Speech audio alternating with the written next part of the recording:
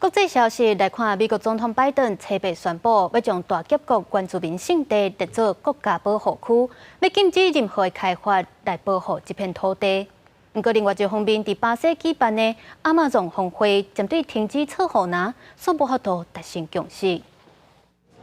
初八伫巴西开幕的亚马逊峰会，各界关注敢会当就目前又已经决定伫2030年达成终止错亚马逊护拿的巴西，进一步扩大到所有8个亚马逊国家拢同意。地主巴西成真歹一日就完成，因为需要更较侪协商达成共识。Do presidente Não, Lula. de forma alguma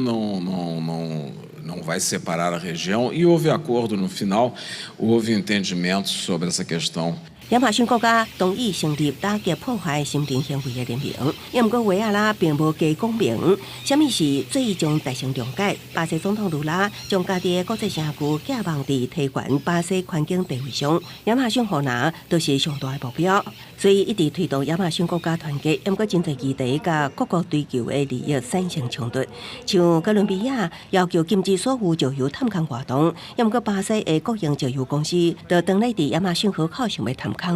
伫拜登签名之下，大峡谷原住民圣地正式列为国家保护区，将美国原住民部落甲环保人士数十年来保护这片土地的愿景变作现实。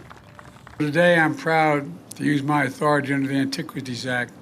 to protect almost 1 million acres of public land around Grand Canyon National Park as a new national monument. Preserving these lands is good not only for Arizona, but for the planet. 亚利桑那州对于决定竞选连任的拜登来讲，是一个关键的战场州。